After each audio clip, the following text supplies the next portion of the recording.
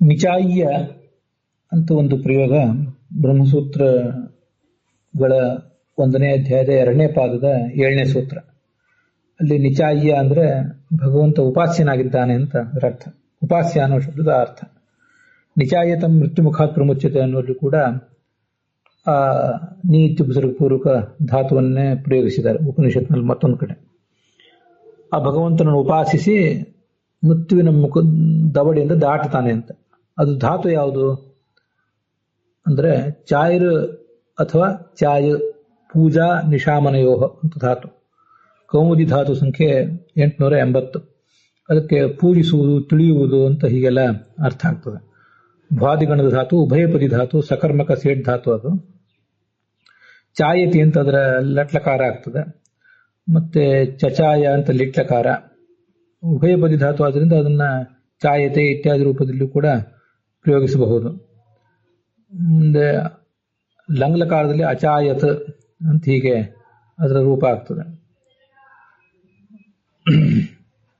ಲುಂಗ್ಲಕಾರದಲ್ಲಿ ಅಚಾಯೀತ್ ಪರಸ್ಮೈ ಪದದಲ್ಲಿ, ಅಚಾಯಿಷ್ಟ ಅಂತ ಆತ್ಮನೇ ಪದದಲ್ಲಿ ಅದರ ರೂಪ ಆಗ್ತದೆ. ಮತ್ತೆ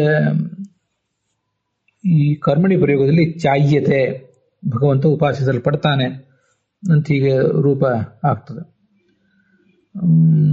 ಸನ್ನಂತದಲ್ಲಿ ಚಿಚಾಯಿಷ್ಯತೆ ಅಂತ ಅದರ ರೂಪ ಆಗ್ತದೆ.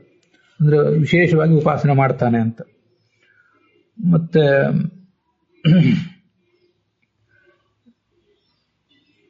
ನಿಜಂತದಲ್ಲಿ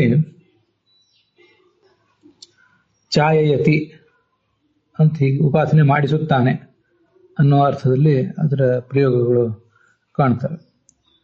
ಮತ್ತೆ ಕೃದಂತದಲ್ಲಿ ಚಾಯ್ಯ ಅಂತ ಒಂದು ರೂಪ ಇದೆ. ಅದು ನ್ಯತ್ ಪ್ರತ್ಯಂತವಾದ ರೂಪ. ಪರಮಾತ್ಮ ಚಾಯ್ಯ ಅಂದ್ರೆ ಉಪಾಸ್ಯ ಅಂತ ಅದರ ಅರ್ಥ. ತವ್ಯ ಪ್ರತ್ಯಯದಲ್ಲಿ ಚಾಯಿತವ್ಯ ಅಂತ ಆಗ್ತದೆ. ಅನಿಯರ್ ಪ್ರತ್ಯಯದಲ್ಲಿ ಚಾಯನೀಯ ಅಂತ ಹೀಗೆ ಶಬ್ದ ನಿಷ್ಪನ್ನ ಆಗ್ತದೆ.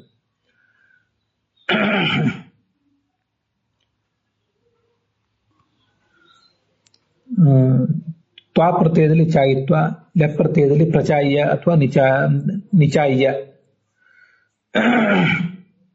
ಉಪನಿಷತ್ತುಗಳಲ್ಲಿ ಮತ್ತು ಬ್ರಹ್ಮಸೂತ್ರಗಳಲ್ಲಿ ನಿಯಂತು ಉಪಸರ್ಗಪೂರ್ವಕ ಈ ಧಾತುವಿಂದ ಪ್ರಯೋಗ ಹೆಚ್ಚಿದ್ದಂತೆ ಕಾಣಿಸ್ತದೆ. ಚಾಯಿತು ಅಂದ್ರೆ ಪೂಜೆ ಮಾಡಲು ಅಂತ ಅರ್ಥ. ಚಾತಿ ಅಂತ ತಿನ್ ಪ್ರತ್ಯಾಂತವಾದ ಶಬ್ದ. ಅದು ನಿಚಾತಿಹಿ ಅಂದ್ರೆ ಪೂಜೆ ಅಂತ ಹೀಗೆ ಅದರ ಅರ್ಥ ಆಗ್ತದೆ. ಹೀಗೆ ಉಪಾಸನೆ ಅನ್ನೋ ಅರ್ಥದಲ್ಲಿ ತಿಳಿ ಮತ್ತು ಉಪಾಸನೆ ಎಂಬ ಎರಡರ್ಥದಲ್ಲಿಯೂ ಕೂಡ ಇದೊಂದು ಅಪರೂಪದ ಶಬ್ದ ಪ್ರಯೋಗ. ವ್ಯವಹಾರದಲ್ಲಿ ಬಳಕೆ ಕಡಿಮೆ, ಆದರೆ ಉಪನಿಷತ್ತುಗಳಲ್ಲಿ ಬ್ರಹ್ಮಸೂತ್ರಗಳಲ್ಲಿ ಇದು ನಾವು ನೋಡಿದ್ದೇವೆ. ಅದಕ್ಕೆ ನಿಮ್ಮೆದುರಿಗೆ ಅದನ್ನ ಹಂಚಿಕೊಂಡಿದ್ದೆ.